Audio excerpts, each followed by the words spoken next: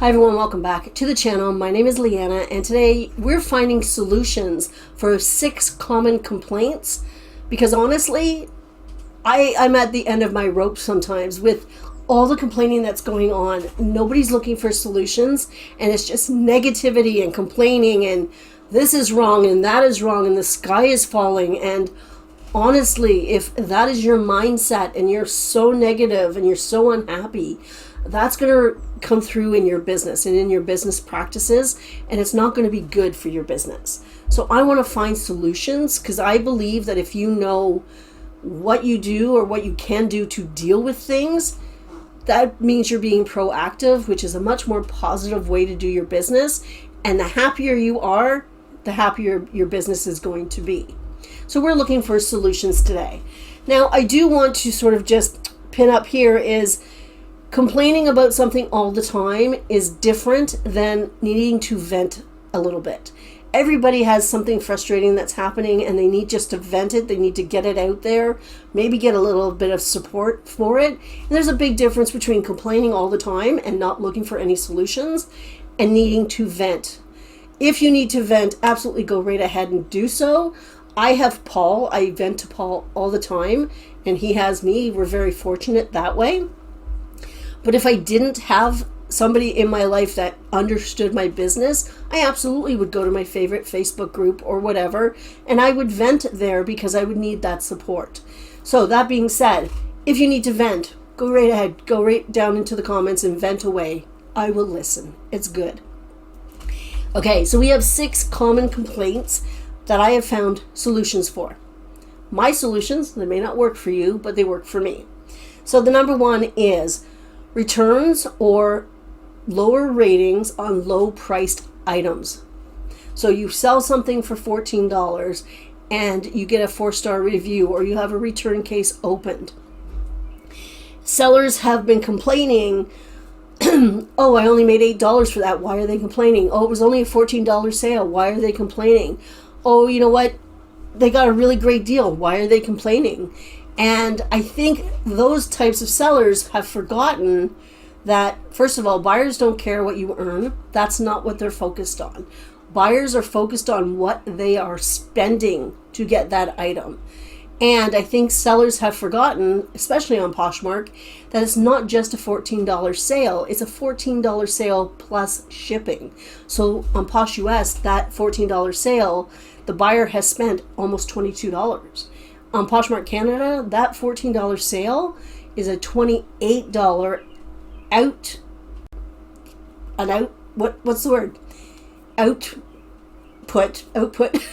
for the buyer. Brain. So try to remember that. And you know what? Honestly, if you spend $100 in my closet or $10 in my closet, I want you to be happy. It doesn't matter what you spend. I want you to be happy.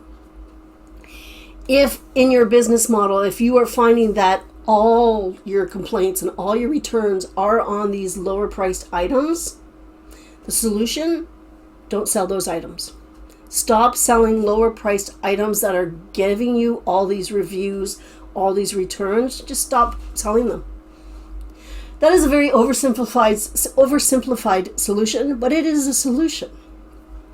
So for me, treating all sales the same just takes that sting away from any low review, no matter what they spent. If I can learn from that, if I've missed a stain or if a button was loose and I missed it, and I can treat it as a learning tool, absolutely invaluable.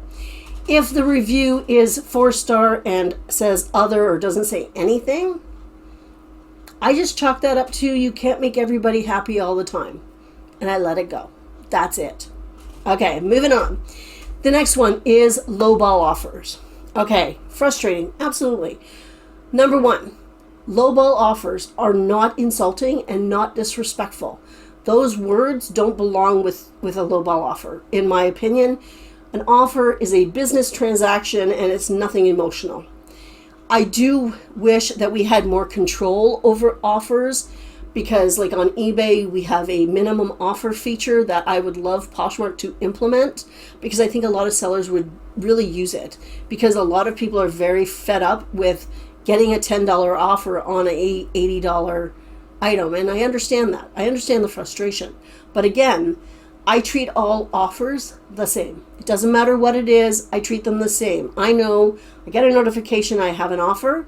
I know that I have 4 options. I can accept the offer, I can counter the offer, I can decline the offer, or I can ignore the offer. And that's it. And you know what? I make that decision based on the item and the offer that is being given. There's some items that, yeah, you know what? It might be a little bit low, but it's been in my closet and it's time for it to let it go, and I might accept it. Most of the time, I accept or I counter those offers. 98% of the time, I do either one of those 2 things. Once in a while, I will ignore an offer. If it's really lowball, I will ignore it, and I do that when there's other likers on that item. That's the only time I do it. Once in a blue moon, I do decline as well, because you know what? Once in a while, it's not going to hurt you to decline an offer. So again, just like my sales being treated the same, I just treat all offers the same, and I have a game plan. I know what my job is. That's the key. My job when I get an offer is to do one of these 4 things. That's it. And I take the emotion away from it and just make it's a business transaction, period. Another way to deal with lowball offers that I found, and I've said this before, is I stopped encouraging offers. I don't have a banner across my closet that says offers welcome. I don't have a listing that says offers welcome. I don't put it into my listings, hey, give me an offer. I don't encourage offers, and I did find that after I stopped doing that, my low offers did decrease a bit. I still get them once in a while, but they are lower than, the lowball offers are lower than they used to be. The times it happens is lower than it used to be. Okay, moving on. Thrift store prices. This one has been, my hair is like wonky today. Anyway, thrift store prices. This is something that we don't have a lot of control over. And knowing that, going in knowing that, okay, I don't have any control over what this store charges. Because number one, I don't know what their expenses are. I don't know what their model is, whatever. What do I have control over? Well, if that thrift store is too expensive for me and my business, I won't shop there. Makes sense, right? I am fortunate because I do have a lot of choice when it comes to stores and items and how to get them. I realize, though, it's my job. It is my job for my business to make sure that I can get my supplies and my sourcing at a price that I can use. If my suppliers up their prices, I need to find a new supplier. Find different ways to source, whether it's like garage sales, yard sales, estate auctions, online auctions, other stores, other cities that are near you, anything like that. Try and find somewhere else to source. Also, take advantage of shoppers clubs, senior discount days, coupons for donating. Join the email list so that you get notified when they're having 50% off sales or 30% off sales. And only shop at those stores with those things in mind. I know that my local Value Village, super expensive. Very, very rarely do I go in there without a coupon because I donated, or if it's not Seniors Day. So I won't go in there on a Thursday with no coupon because it's expensive. Once in a while you can find some good stuff that are not overly priced, but it's not really worth my time when I know 5 minutes down the road my Goodwill is much better priced. So anyway. Okay, moving on. Glitches and platforms being down, because that's been happening a lot lately. In fact, I think Poshmark was down, Poshmark US was down last night. And I know that yesterday morning when I went to sign into my Posh US account on my computer, it wouldn't let me. It just was not doing it. It kept popping up an error message and I was like, uh-oh, what's going on? But I could access it on my phone, so it was down. eBay for us went down. I think last Wednesday was down for a couple of hours. We couldn't search, we couldn't list, we couldn't do anything. And I know it was down for us here. It was down for other people about 4 hours away from us. So it was a little bit widespread. But instead of just complaining, even though it is frustrating, because we have no control over that, what we did is Paul went on to the chat with eBay, talked to a person at eBay, let them know it was happening, because they might not realize it's happening, because that does happen. There are servers all over the countries to find, to deal with these platforms. And my server may be down, but the one on the East Coast is fine. So making the platform aware is very proactive and good for you. But it also helps with your frustration level because you are being proactive, but you can also maybe find out how long it's going to be down for. Maybe they have an ETA when it'll be done and it'll be fine. So it helps with getting information is a really good stress reliever, the more information you have.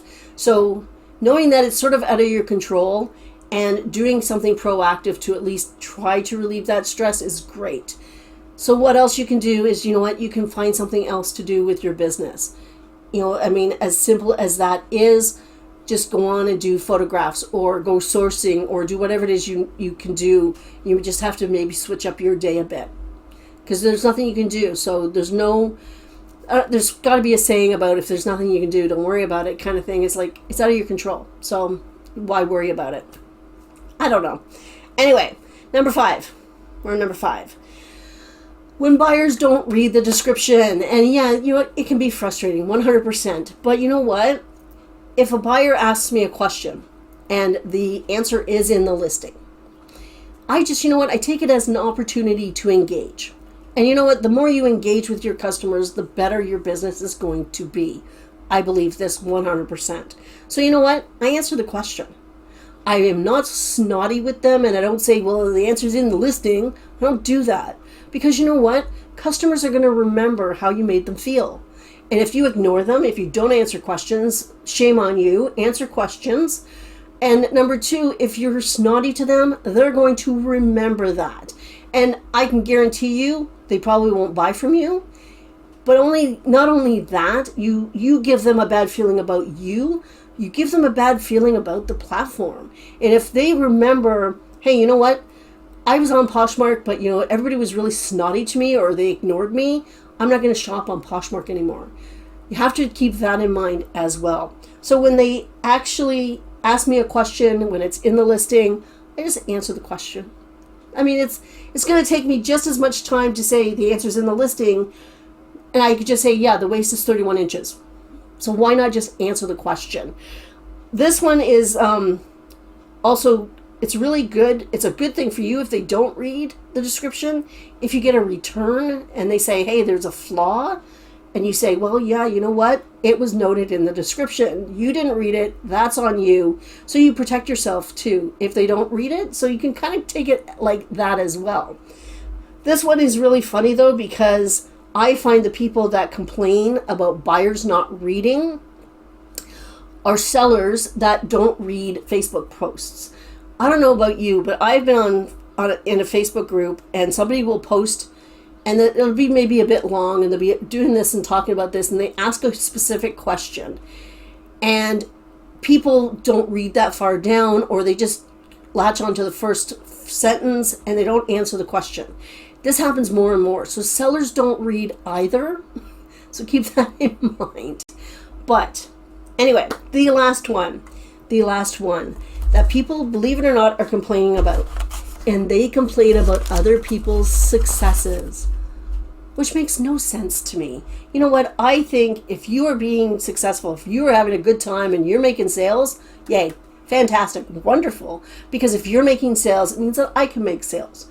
If you are busy, it means I could be busy. Absolutely.